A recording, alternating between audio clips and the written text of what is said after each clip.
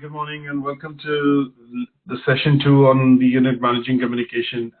Today we are going to just follow on with what we've left and covered yesterday in the learning outcome 1, and just a quick recap in terms of what we did.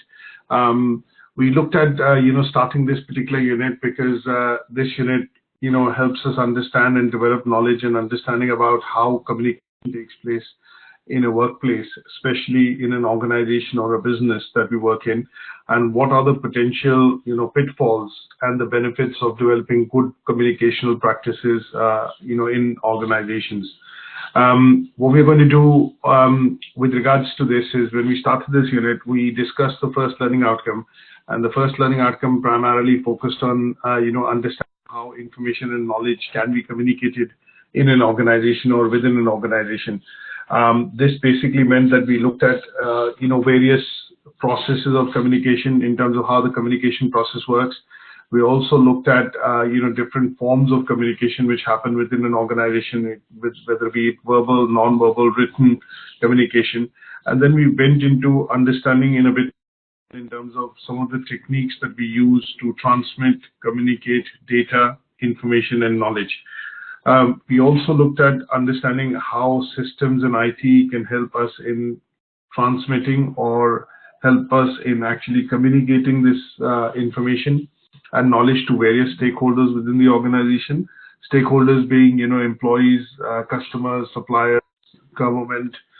It could be, shareholders, board members, and things like that, and what set of information they need. So the requirement of, say, for example, the board members in terms of information they need from within the company could be in the form of, financial statements, which is very different from the information which the shareholders would need in terms of profitability or, balance sheet and things like that, which helps give an idea that whether the company is doing well or is not doing well. And then towards the end, what we also looked at is we looked at the the basis of what could be the barriers to effective communication in an organization. And sometimes it could be the clarity of message, or if the message is ambiguous, or it's not written well, or there are too many jargons used, and things like that. Essentially here the idea was to primarily understand what could be the barriers, and the barriers that we looked at was that technology can be an enabler, can also be a barrier at times.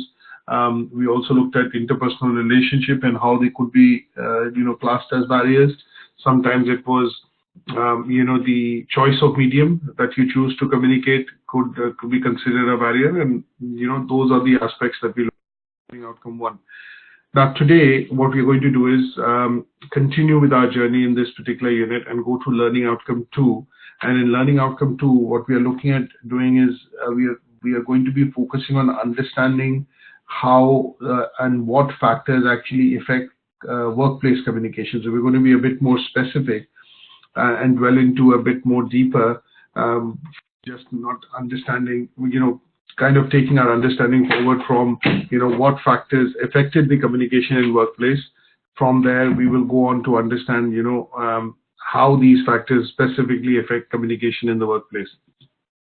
So let's go across to, some of the clear things that we do understand. Now, most organizations, what we see is have different hierarchies, and these structures and hierarchies, which when we talk about structures, could be a matrix structure, functional structure, hierarchical structure, divisional structure. So when we look at these structures within organization and how they are, how employees are kind of put into the organizational chart, we do see that these structures lead to the creation of some sort of an organizational culture.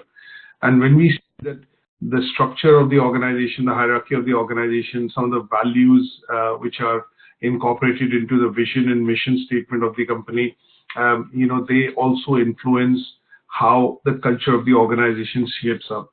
Now, we live in a global era in terms, when I say most companies, have operations across different geographies. They are multinationals, or, they services in different countries.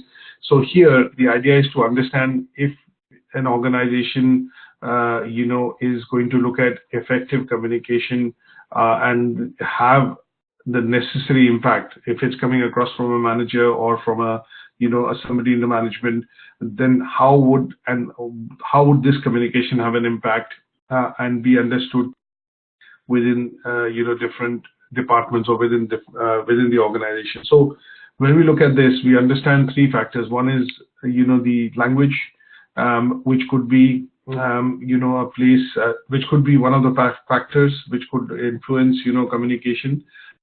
We look at certain customs, and I'll come to that, the culture and the customs of different places, types of people which work with the organization. And last but not the least, we also look at when organizations operate across boundaries, what is essentially they have to keep in mind to make sure that they are able to localize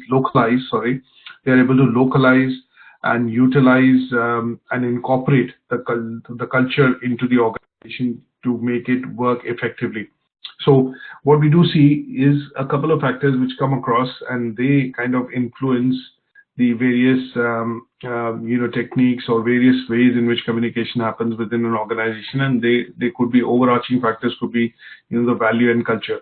So globalization and IT, they have brought together diversity in organization. Today, companies are able to kind of employ people from different geographies, and does not necessarily mean that the employees have to be in the one location, but they can work across from different locations for a similar organization. And this poses a number of challenges, and these challenges are primarily due to the value, culture, and of the people or the staff or employees which work within the organization. So here the idea is to look at a channel and a medium of communication which helps the manager or helps the organization to be able to put the message across effectively in terms of managing the cross-cultural communication. We also see that to a certain extent, globalization has also led to diversity within organizations, which is, it has helped create diverse environments or working environments within the organization, and this sometimes can also create a barrier, and we will look at this with one or two examples.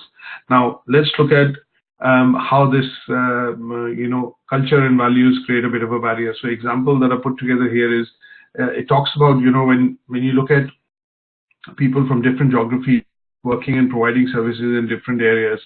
So for example, a doctor, which is from, his origins are from China, but he or she is working within the UK. And when you look at doing communication with certain types of people within the organization, an organization taken here is the case of an NHS, what you get to see is that the doctor has to be sensitive about the cultural differences in which in the cultural differences, especially say in the Asian context, to be able to communicate that information across to the patient. So what you do get to see is sometimes that, say for example, NHS in the UK has a workforce, 40% of the workforce within the NHS is, from different cultures. It is diverse. So it has a diverse workforce within the NHS National Health Service here. So we get to see that there are doctors from China, India, European Union, different countries who are working within the NHS. But sometimes when you get to meet, patients and you have to give them some advice, you have to take care of the culture and the values they have, and that's how you will see that, sometimes this brings across a bit of a communication barrier. So typically you will see that women from the Asian culture, if they have to be given advice related to, say, certain sensitive matters, they will always prefer to have a male or, their husband along with them when that is being discussed with the doctor. So this is a cultural thing, which is basically coming out from the Asian values, which the doctor who's giving an advice on has to be sensitive at. And sometimes these, factors have to be looked at predominantly when we look at workplace communication. So in the case of workplace, this is an example where NHS, and we look at this as an example for a conversation between a patient and a doctor. Now, the other thing that we have also looked at, let's look at from a corporate world point of view, and an example that I picked up is when you look at the values and culture, when you look at companies, specifically the Japanese companies, they have a very, explicit way of expressing politeness. So sometimes you will see that people from these organizations, they are taught in their culture and their values that if you have to greet a visitor, to greet a customer, you have to express, that basic warm feeling of gratitude by, say, giving away a business card with both hands and also slightly, kind of bending to in a gesture to kind of, wish the person good. So here, what you're looking at is again the culture influence how the communication practices develop within an organization. If we are to look at this across the globe for American organizations where the culture is quite informal, and obviously even during formal meetings, it is understood that you will shake hands and obviously you'll hand a business card over with one hand and things like that. But when you look at Middle Eastern culture, there again the women are not normally they do not shake hands even during business meetings, and you kind of greet them by a gesture using body language, saying that okay, with the greetings and things. So again, these are things that we have to look at when we look at values, we look at culture, we look at language, and we also look at in which part of the world that you are operating within the organization. And these three factors then influence workplace communications, with regards to the interactions that you have within an organization. Now, we may also draw some sort of conclusion because it is shown by research that a lot of barriers in communication sometimes can be overcome by the use of technology. And here, if you see, sometimes we take this quite lightly that okay, we are, say, I am as of now verbally communicating, but you will see that because we are visually able to see each other and also hear, there is a lot of hand gestures being used, and I am making use of my body language to basically kind of explain certain concepts and the tasks that we are discussing. And this also then becomes a part of your communication. So when you look at communication in general, there are lots of aspects which are which is not in terms of just speaking, understanding, verbal gestures, body language. All this become a part of the communication process. Now, the other thing that we will look at is in terms of once we know and understand that how communication can be affected by cultural and values and organizational structure, what we need to be able to do is understand how do we overcome some of these barriers within workplace with the use of technology. Now, what we've seen over the years is, say, post the 90s when the internet came out, Sir Tim Berners-Lee actually introduced the internet, and in 1995 this kind of changed or revolutionized how people communicated, because before that we used mostly the postal system, telegrams and things like that, letters, which meant that any sort of communication being sent across, was, if it was, primarily official and was being sent across as written, used mostly post. But with the advent of internet, what had happened is the communication landscape has totally changed. So what we see is the increasing use of internet, which is helping us create, share, and transmit data, information, and knowledge across the organization, both internally and externally, so within the organization. So what this has meant is, with the advent of technology and how it has advanced over the years, a simple example, when the internet came about, it was primarily very low speeds. Only very few people could access, and only companies or organizations had access within the office when it was introduced. But now we talk about fiber optic, speeds in terms of gigabytes and terabytes, which means that the information, even with use of internet and technology, can be transmitted quite quickly, and you can download tons and tons of data in a couple of seconds or in a couple of minutes. So here, the use of technology has influenced workplace communication. It has the benefits are quite clear that it basically allows very faster sharing or quicker sharing of data. Data could be data for people at the lower level. It could be information at the mid-management level, and it could be knowledge or extracted in terms of reports and analysis being done on that information as knowledge reports for the senior management. So the aspects of how to use technology in the communication process has both benefits, but also we will look at some of the hindrances which technology sometimes also creates, or I would say advantages and disadvantages. So there are advantages that it has faster response time, it is easy to download and share information. Everyone almost becomes aware of the information at a very at the instant or at the same time within the organization. If it is to be communicated using emails and things like that, you will see that most employees would be able to get, say, for example, an announcement from the HR in the form of a news, in the form of a notice, almost instantly, because it's shared using an email or a notice board, or it's been put out on the intranet within the organization.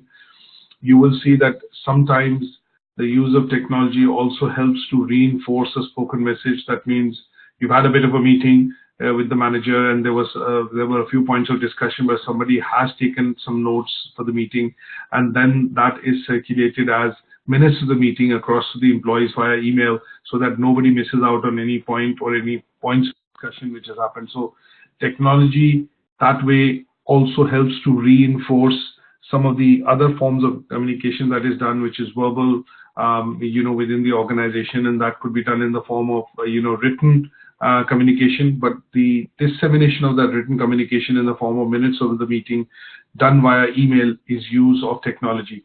A lot of organizations now, because of the green agenda, are also looking at paperless organizations, and where that is where you will see that a lot of this documentation, communication happening, or interaction, sharing of ideas, knowledge and information being shared amongst employees, peers, and even within the organizations is being done using more and more electronic form of electronic mediums, essentially.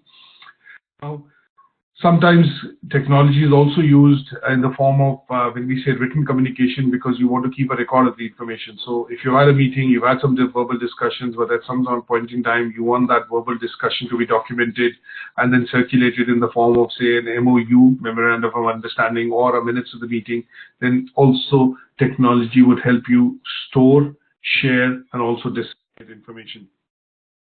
Now, the other things that we also look at is, there are lots of advantages of IT, and I think it's quite pertinent. What I've done is I've put some bullet points here in the speaker notes to explain the advantages of how technology can be used to kind of, ensure that the communication happens smoothly. It also helps create a record, and also at some point in time it is happening across offices, across geographies, if the organization is functioning as a multinational organization. It also has other advantages, like sometimes now we prefer to type rather than hand type or handwrite the information, because what we do see is sometimes ineligibility in terms of handwriting also kind of can hinder or become a barrier for communication. So paperless organization, when I say, as a concept, is also becoming important, because in order to ensure that the record is, maintained, and also it has accurate information, it is typed rather than handwritten, things like that. But there are other aspects that we will look at in terms of communication, and obviously retrieval is also one of the key areas that I should mention here. Is that with the help of technology, when you are able to store the information, but you're also able to retrieve the information quite quickly, because of the fact that electronically stored information can be retrieved from the server, can be retrieved from archive. You can look and dip into your emails, but the same information is kind of documented, via paperwork or filing. Then in that case, what will happen is sometimes retrieval of information becomes, cumbersome and time consuming. So again, one of the advantages there. Now let's look at some of the flip side, which is what are the disadvantages, if at all, if there are any, for technology when we use the technology in workplace communication. Now, one of the things that we've clearly seen is there is an over dependence which is started to happen on emails, for example. Sometimes you'll see that when you're working within the office, you get maybe 10, 15, 20, 30 emails, and you get a lot of emails. So this, what is happening is essentially a lot of employees are writing a lot of emails. Some communication which can happen essentially face-to-face, or it could be transmitted verbally, is being unnecessarily documented in emails. This is why sometimes you will see that some employees sometimes would prefer to just send you a quick email rather than walk over and have that discussion face to face. Now, there could be various reasons why this is done, but this shows that there is a bit of a dependency, which is over dependency, which is happening because everybody just wants to have this feel good factor of that. Okay, I say this to him verbally or her to verbally, but it'll be best if I document this by sending a quick email.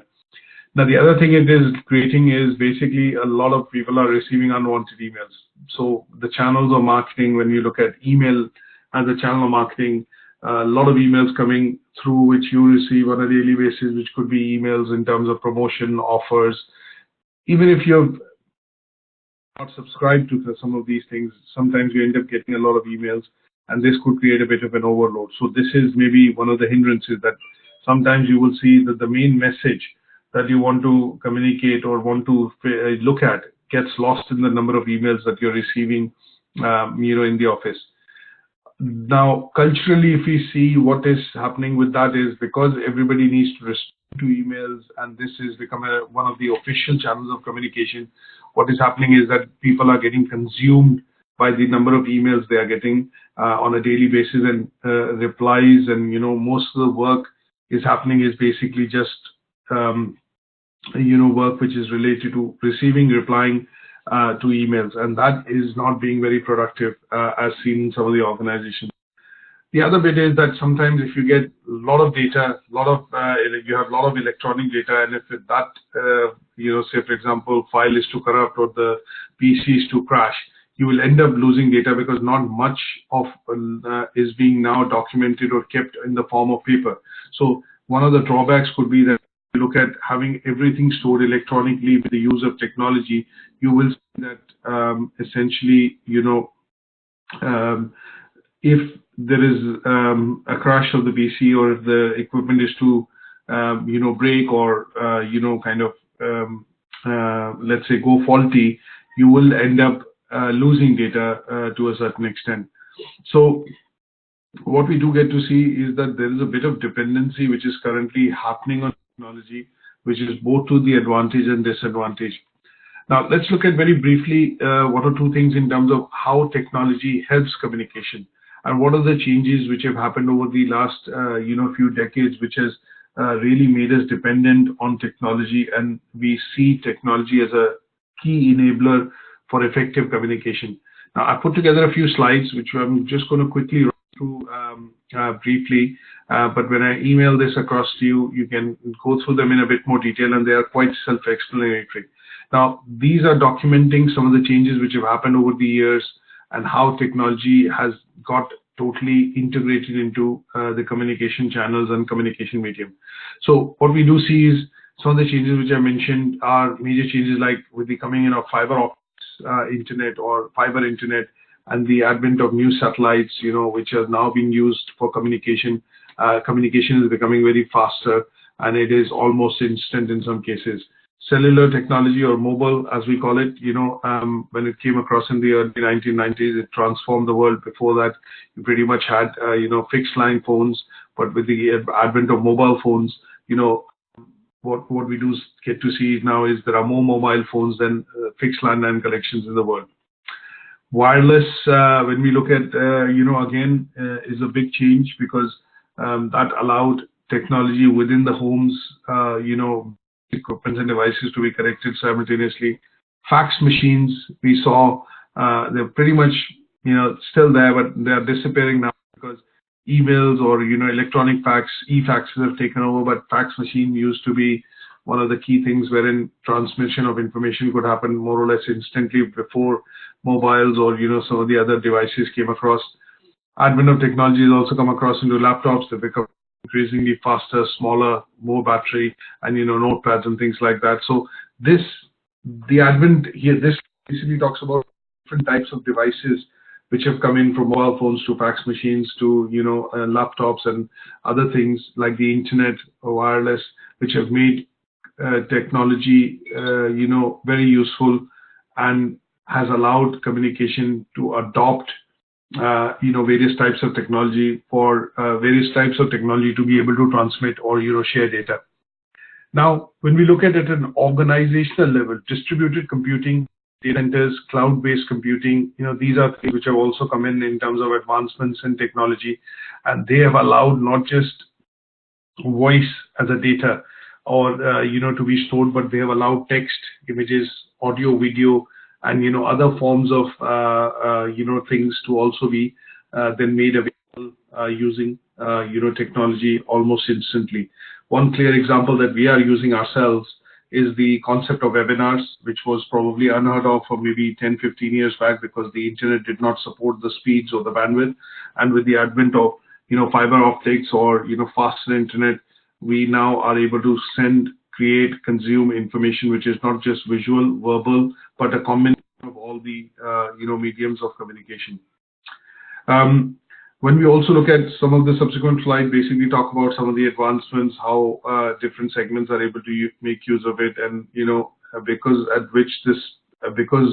of technological advancement, the speed at which the communication is happening is pretty much instant, and we are able to almost transmit any form of data, or whether it's just emails, rich data, which could be audio visual data, it could be video. All this is something which we are able to use using the advent of technology.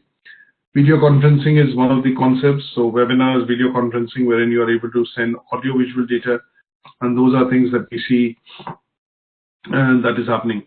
Now, one of the slides which I put together, when we use technology, we need to also have policies and procedures in place, which most organizations do, in terms of what is the optimum use of technology, how to use it, and what not to use. So an example here would be when we look at, say, let's look at an example of a training seminar, or you're being asked to do a training.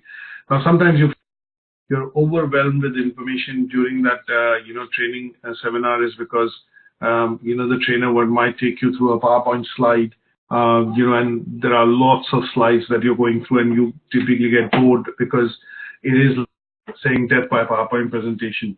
So we need to moderate and effectively, kind of have a balance between what is being presented, how much is being presented. So sometimes you will see within the training seminars that you attend, the trainers will actually use different mediums to communicate different points. So you will see that sometimes they will basically use PowerPoint slides. They will give it a bit of a break, use the flip chart, give it a bit of a break, use the whiteboard, and then for some of the concepts or some of the things that they want to discuss, and might even ask you to do an activity or get together into groups. And the idea here is that they want to basically use all the appropriate mediums to engage with you as a attendee, so that the training which they are delivering or imparting has the maximum effect. So here again, these are policies and procedures put in place in order to attract, retain, and then also engage with you while you are in such training seminars. So another example that I would take here would be in the case of, say, emails. In a lot of organizations define do's and don'ts for emails. When you write an email as an employee from the company, what are the official, things that you need to take care of in writing an email. So the use of email has become quite normal, but a lot of companies write email etiquettes to be able to say that these are the ways in which these are things that you should actually take care when you're sending and receiving emails. For example, typing messages in capital is seen as screaming, or asking for undue attention. So not all letters or all things communicated in emails should be in capital. Capital should be used to attract attention or draw attention towards some important points. You need to be able to punctuate your messages so that they are bulleted, or punctuation or grammar is used appropriately, so that it does not feel as if you're sending a longish message, or something and the message gets lost. So you have to be short and precise when you're actually looking at sending or composing an email. And sometimes it is also mentioned, because this is now more or less become an official form of communication. It has become important that you pay attention to spelling and grammar in the way it is being written, and how this is sent across. So a lot of organizations expect you to do a bit of a spell check, grammar check before you even send the email out. And these are tools which are now built into your email clients. A simple example related to this would be when you hear of the word called KISS, which is keep it short and simple. Sometimes on PowerPoint slides and trainings which are being delivered, they normally say that you should not have more than 5 bullet points or more than 30 words or 20 words, sorry, on each slide. This is to balance the way you put across information and how people are able to consume information. So it keeps them attentive, at the same point in time draws attention and helps you deliver the message that you're trying to deliver. So some of these things have become a norm, and it is important for us to also understand that if they are over, then they turn to be hindrances or disadvantages of using technology in communication. Now, very briefly, having looked at this, what we want to also look at is what policies and procedures can be implemented when you look at processes of communication within the organization. Now, when we look at something like this, what we do tend to see is that there are 3 things which have been put in place. One is there's a lot of legislation which has been put into place because a lot of communication is now happening with the use of technology. There are other things that we also look at is we have to keep in mind the balance of some of the acts or laws which have been put into place. And when we do send across information, we need to be careful about what we are looking at, what we are sending, what type of information we are sending, whether it's sensitive, can it be shared in the public domain, or is it something which is related to personal data of an individual. So some of these things, when we look at, are covered under the policies and procedures that can impact the workplace communication processes. One of the key things which I will include now, and I think you must have heard about this in the news, that there is a new law which is now coming in, which kind of supersedes the Data Protection Act of 1998, and because the new regulations being introduced, talk about GDPR, and GDPR basically is, the Data Protection Act has not undergone, any sort of a change over the years, but now because of the advent of the way we consume social media, there are lots of changes which were required to be done, and they are now being enacted into the Data Protection Act under the GDPR Act, which is now going to over Protection Act, and that is called Journal Data Protection. It is called Journal Data Protection Regulation, and this comes into effect, with effect from 25th May. So anybody who is any organization which stores your data, whether it's personal data, any sort of data, if they hold data on you, then they will be required to actually take permissions for this data to be stored or shared under the new regulation. So we will discuss this, and I think this is a major change which is now happening in terms of communication, and it is worthwhile mentioning that what is GDPR and how this is now being taken care of within the organizations. So let's look at this. I've not put together any particular slide on this, but as I go along, I will kind of put together some sort of a slide. But let's look at understanding first, the Data Protection Act before we go into GDPR. Now, Data Protection Act was introduced in the 1998, and this act, when it was introduced by the government, was primarily done because some of the communication started to happen electronically. Data and records were being stored across organizations. When you apply for memberships or you buy something, whether it's in the form of a shopper's information card, like a club card, Tesco club card, and things like that. So they introduced this act to protect the personal and sensitive data of every individual. It allows individual to request information about what has been stored by an organization within through a written request, and that needs to be complied with from the organization having that data within 40 days. It also requires individuals to consent before this information can be used by the organization. And some part of this, is in the next slide, which I'll cover, is summarized in the 8 key principles which were put together in this act. Now, if you are seen breaking the law, if the organization is actually seen breaking the law, you can be fined up to £500,000 if you have sensitive information about an individual and that has been stored without their consent. Now, what information which can be stored and what is considered and how is it classified. So let's look at personal information, which includes name, email address, date of birth, and a unique identifier for a candidate. Say, for example, your national insurance number. And that is a unique identifier which the government has to keep records on each individual. Sensitive information could be information related to your ethnicity, your cultural beliefs, your background, your physical and mental health, and your criminal records. Now, this side of information can only be, kept by organizations which are subscribed to the Data Protection Act or are under the ICO regulation. So, if you are on the ICO register and have relevant certification training in place, then and then only you can keep hold of this sensitive information. Now, what are the 8 principles under the Data Protection Act when it was created by the government in 1998? These principles included, things like that the information is going to be processed fairly and lawfully. That means organizations were asked to keep hold of that information if they could have safe storage and they could show that this information could be used to benefit the customer and the business activities of the business should the customer, subscribe to have that data, that information, sorry. They could be processed for a specified and lawful purpose.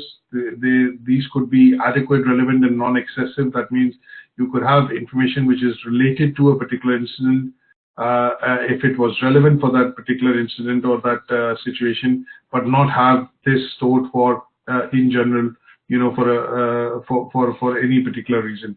It had to be accurate and up to date. It is mandatory that if it is not necessary, then that information needs to be deleted or needs to be taken off.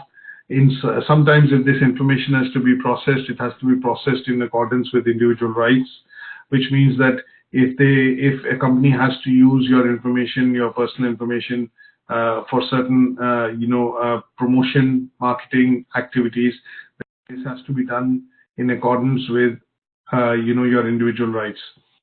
Some of this information was subject to appropriate security. That means things like your national insurance number, your ethnicity and other things can only be,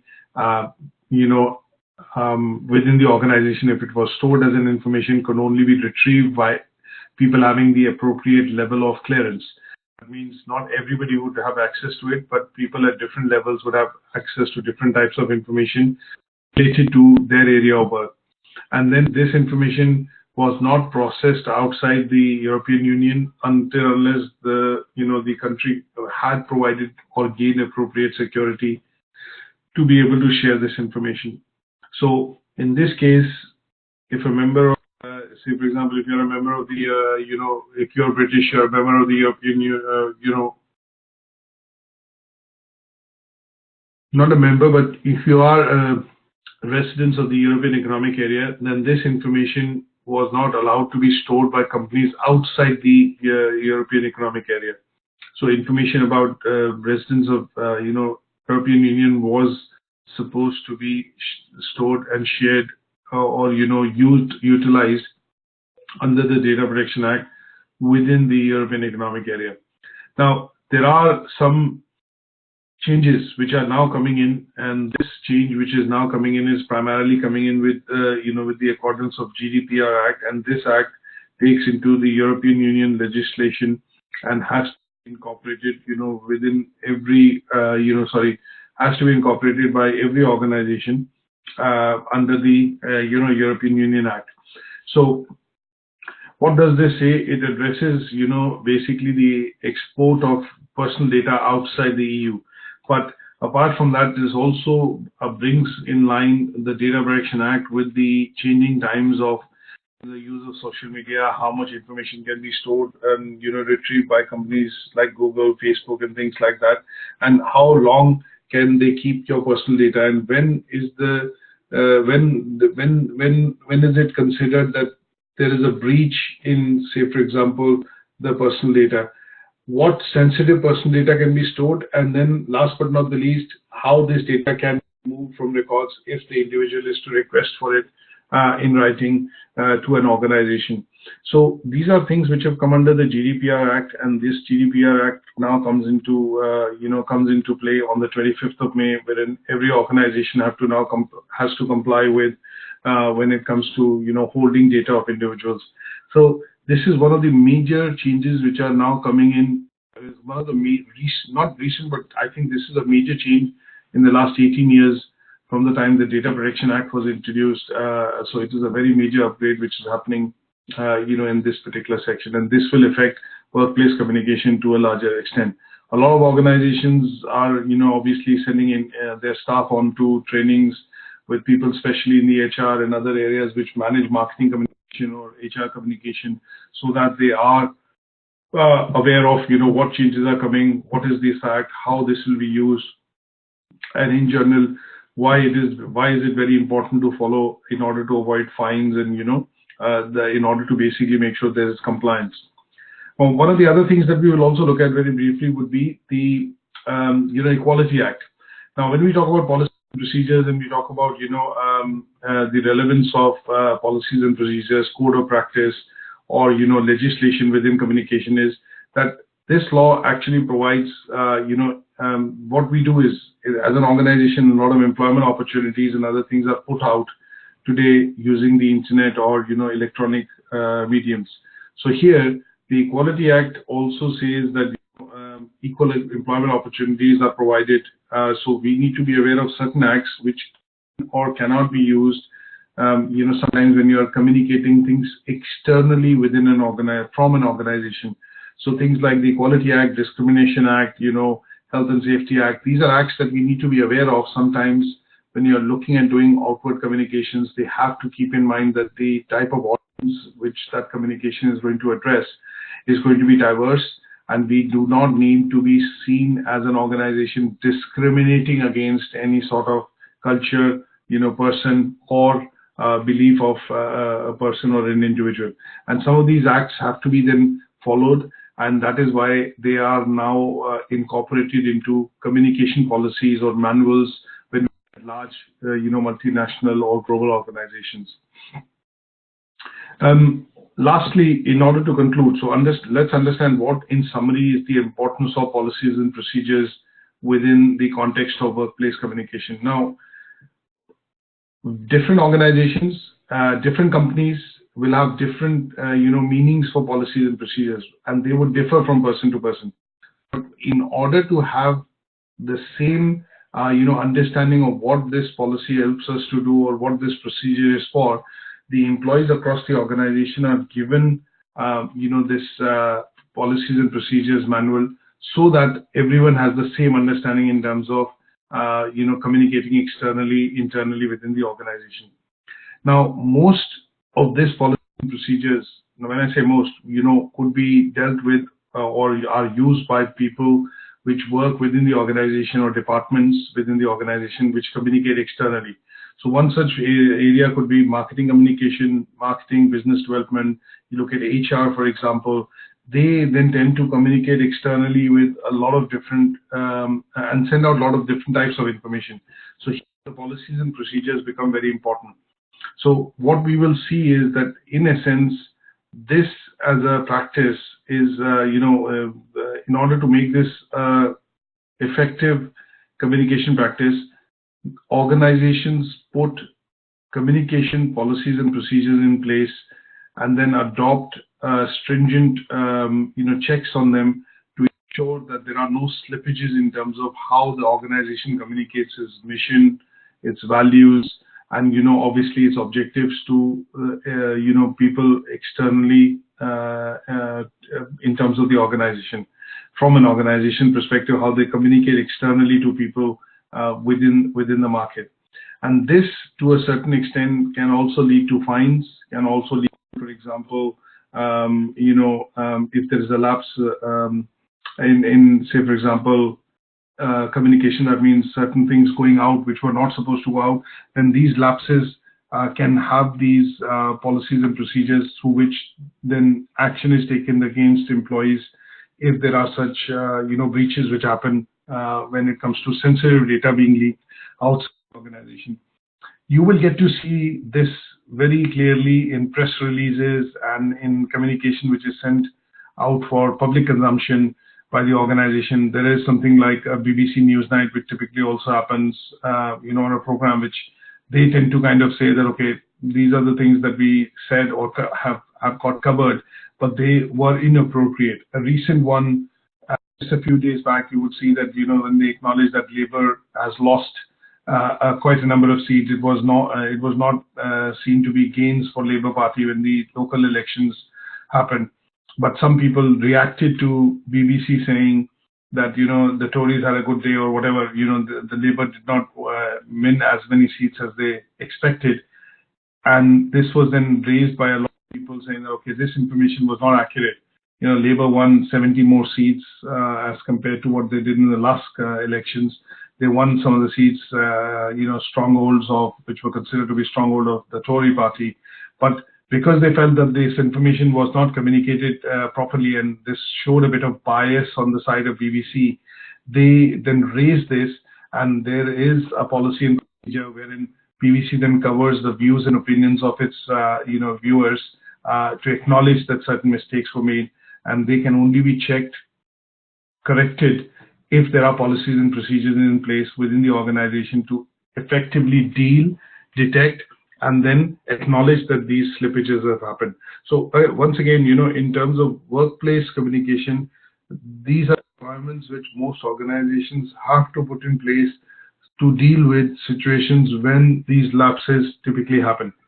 And you will see evidently, whether it's a small organization, a big organization, multinational organization, there are policies and procedures in place when it comes to communication. Who is the authorized spokesperson, what you're allowed to speak, what you're allowed to share, are a part and parcel of that particular policy or procedure when you are given that opportunity to become, say, for example, a spokesperson for the company.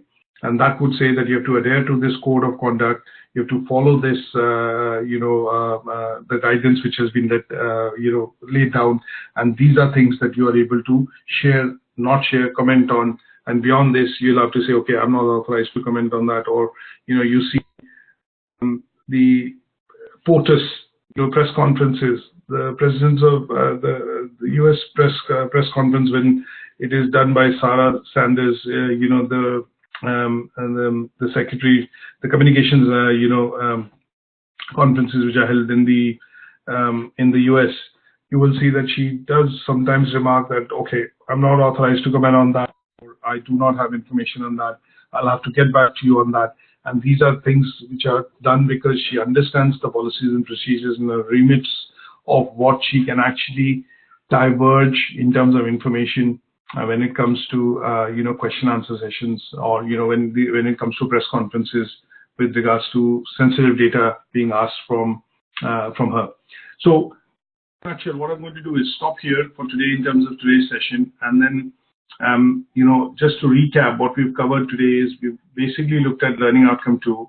What we've done is in this learning outcome 2, we've understood how communication is influenced by values or cultural factors within an organization. We've looked at understanding how technology can benefit and also sometimes become clear in the communication process within the organization. And lastly, what we looked at was what is the importance of policies and procedures and why they need to be adhered to so that workplace communications can be effective. And in some cases, we briefly, with the use of examples, looked at sometimes how these policies and procedures become important when it comes to sending information externally from an organization. Now, what I'm going to do is obviously send this email across to you along with a handout which will allow you to kind of read through on some of these objectives and tasks that we've covered. And very briefly, what I'm also going to do is let's look at some of the tasks in particular about the assignment brief. Just very briefly looking at that.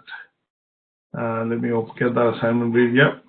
So let's look at some of the tasks which are required to be done in Learning Outcome 2. So Learning Outcome 2 basically talks about, you need to look at the evaluation of how communication is influenced by values and cultural factors. You're going to be talking about, things which are primarily related to language, custom, and, culture, and maybe pick up any organization and then explain the values and cultures within an organization and how communication is shaped up, taking into consideration in accordance the values and cultures. The second part talks about how technology can be used to benefit. So here, I would suggest you could do a table, because the command verb here is explanation. So you could pick up and draw up a table wherein you could do the benefits and advantages and disadvantages of use of technology in the communication process. You could make use of some of the bullet points that I put across in the slides in terms of showing the advantages and disadvantages. And last but not the least, talks about how policy procedures can impact the communication process. Here, my suggestion would be to pick up a particular example of an organization and then use and explain how they have put certain policies and procedures in place. Example could be you pick up a spokesperson, somebody who's a press spokesperson for the company. What are the policies and procedures they have? And then explain very briefly in maybe 20 to 30 words that how they use this as a policy to look at providing information during a press conference or a press briefing. So that will help cover your learning outcome too. If you have any queries and questions, as always, please feel free to email, and I'll be more than happy to discuss that with you just before we start the next session. And look forward to obviously speaking to you again. Thank you. Bye for now.